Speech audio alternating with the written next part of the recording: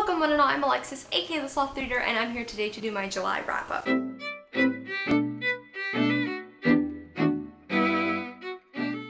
So I read 10 things in the month of July, which I'm immensely proud of, but unfortunately most of the things I read this month were just okay. I think of the 10 things I read, only 4 of them got a 4 or higher stars.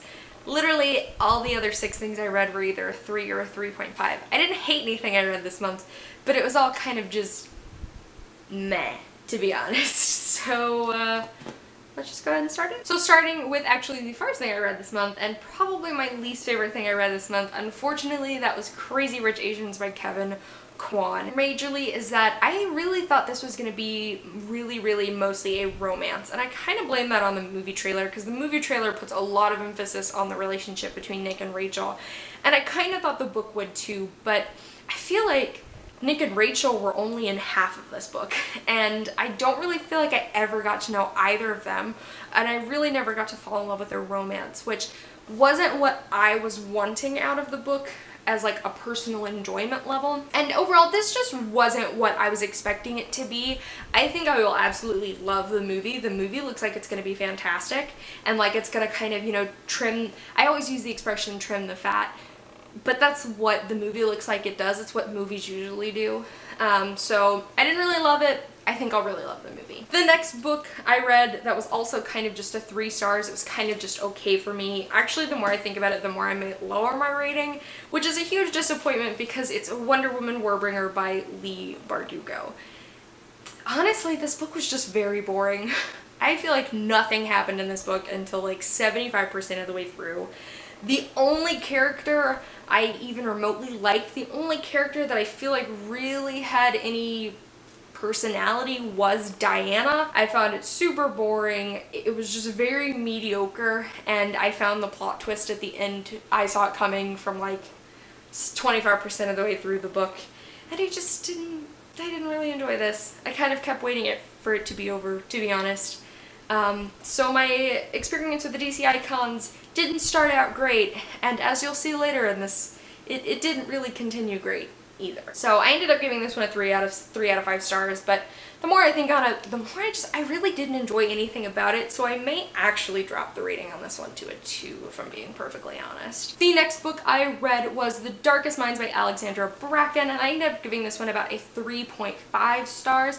This book was so long.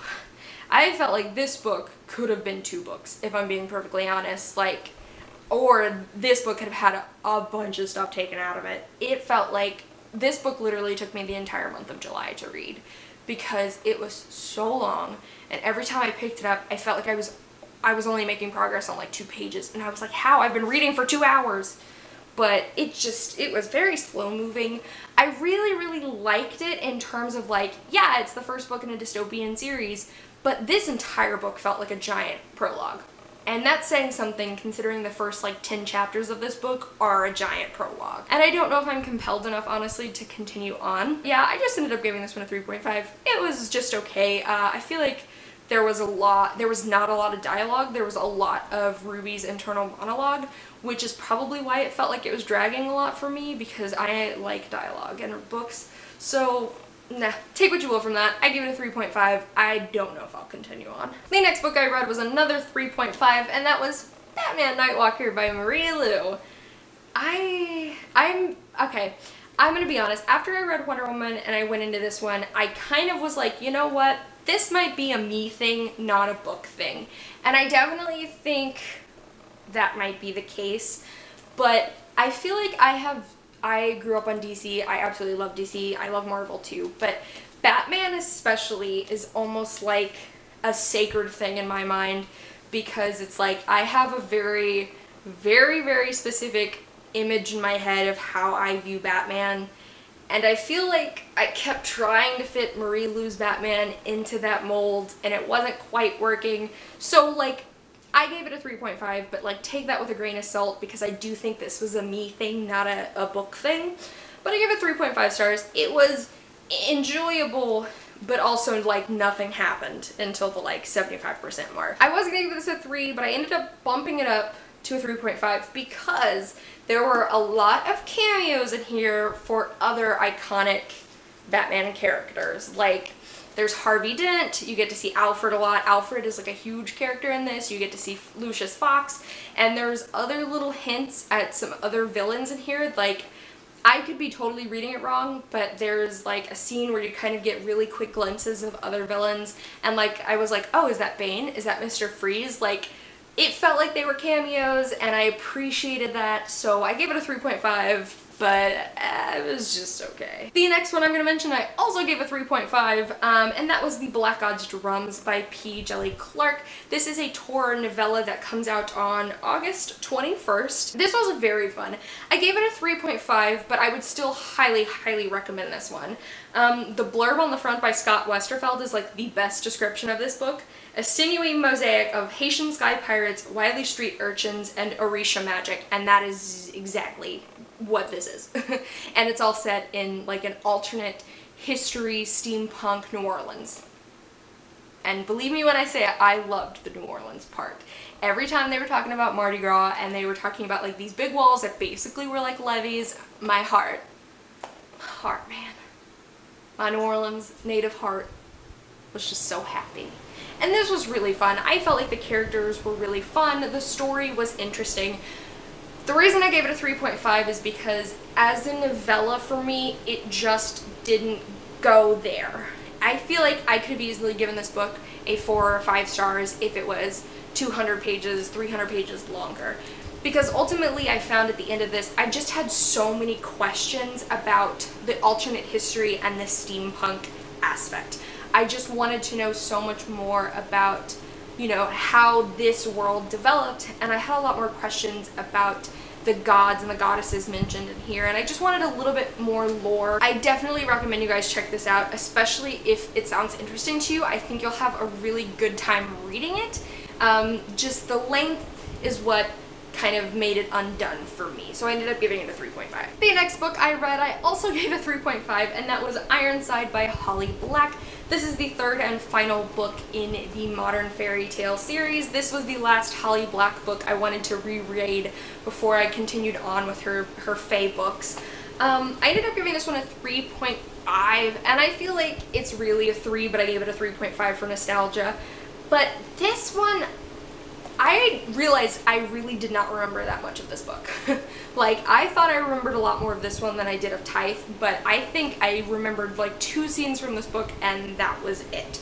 So I was kind of like reading this book for the first time basically, and this book was kind of a mess, to be honest. I felt like the plot was all over the place in this book. Like, there were like 4 major storylines going on, and I kind of felt like as soon as this one would kind of get to a point, we'd be over here dealing with this other storyline, and I was like, okay.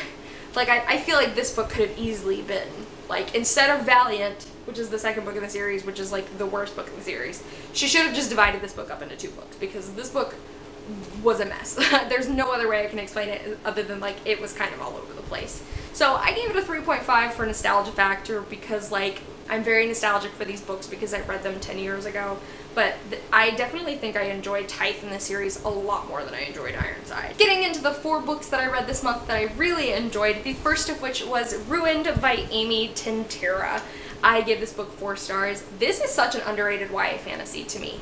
I feel like when you read the synopsis for this book, it sounds like it's going to be a super generic YA fantasy, but it's totally not. Like, there's just little things about this book that I feel like totally set it apart. I feel like the main characters, Emelina and Kaz, are very strong, and I feel like when you read them, like, in the synopsis, you're like, oh, okay, vengeful prince that she has to marry, but it's like, it's so different from that. And I loved that Kaz was not a playboy. I feel like every time we get a prince in a YA fantasy, he's this playboy, drop-dead gorgeous, sex god character, and Kaz wasn't.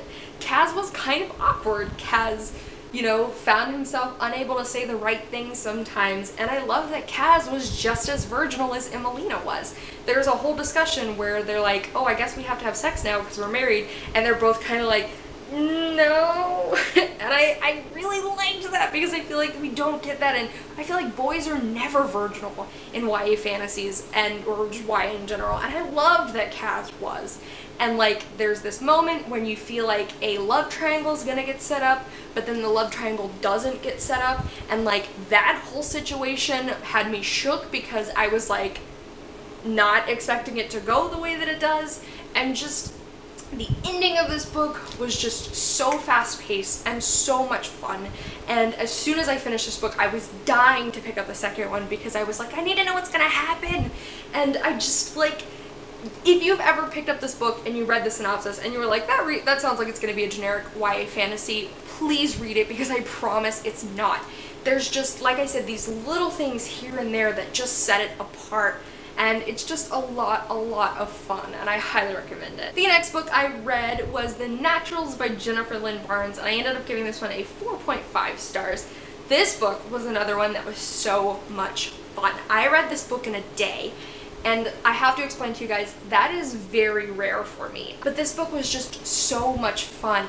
It was creepy, it was a YA Criminal Minds. It's always pitched that way, and I feel like that's a very good way to pitch it because the main character Cassie is like a natural profiler, and I really liked the characters. I loved the story. The mystery took me by surprise. I loved the profiling element so much. It was creepy, but it was fascinating. And the author, Jennifer Lynn Barnes, is actually like a psychology professor. She has like a cognitive studies and a psychology and a psychiatry degree, and she like got her PhD from Yale in psychology, and you can tell she knows what she's talking about, and that makes it so much more interesting.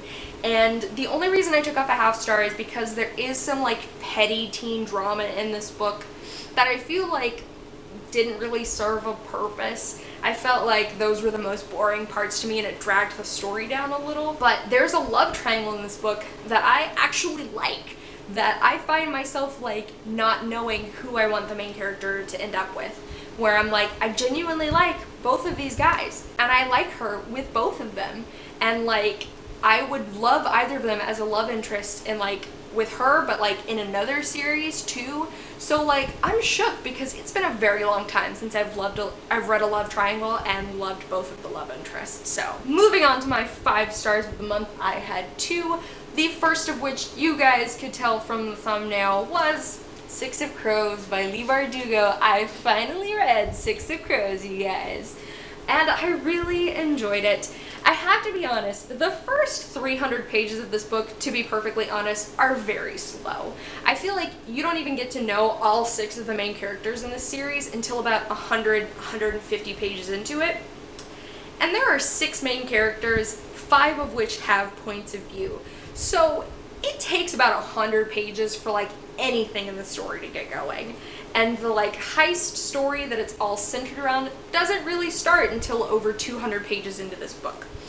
So the first 300 pages are pretty slow. Like if I was just rating this book off of those 300 pages, I'd probably give them a 4 because I was very interested in the characters, and I already love the Grishaverse. I read the Shadow and Bone trilogy, and the world was my favorite part. So getting to see an expanded version of this world, I really enjoyed. The last 150 pages are slamming. They are so good.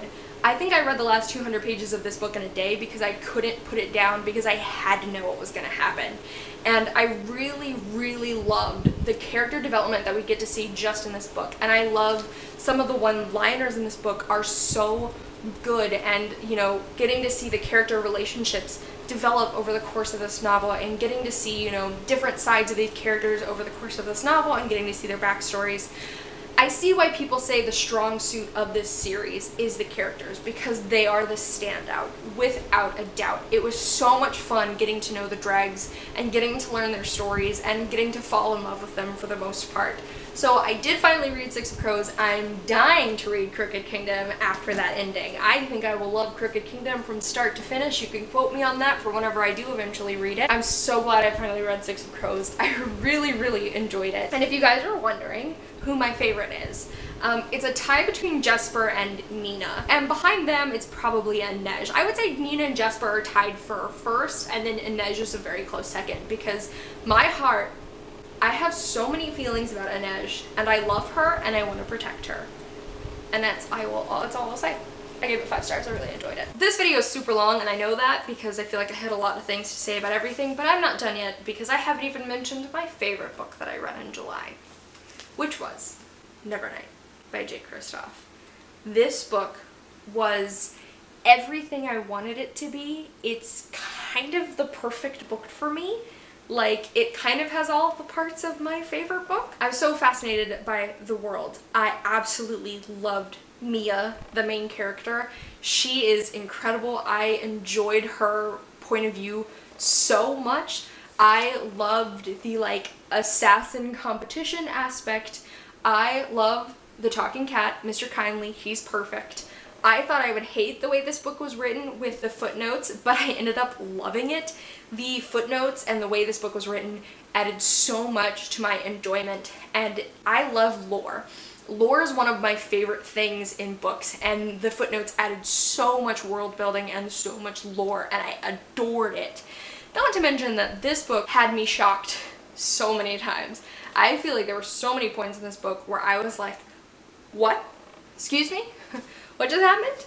And I loved it. I literally don't have any complaints about this book. I know other people have read this book and have had complaints with it, but it was absolutely perfect for me, in my opinion. I just loved this book so much. It was so enjoyable. I gave it 5 stars, and I am so excited to read God's Grave. Alrighty guys, so that is my wrap up for July. This is a very long video. I apologize. I knew it would be because I read 10 things and I had a lot of thoughts about everything I read. So I'm gonna wrap this video up. I would love to know what's your favorite and least favorite books you read in July. If you like what I do, upload videos on Monday, Wednesdays, and Saturdays, and I'll see you guys soon with another one.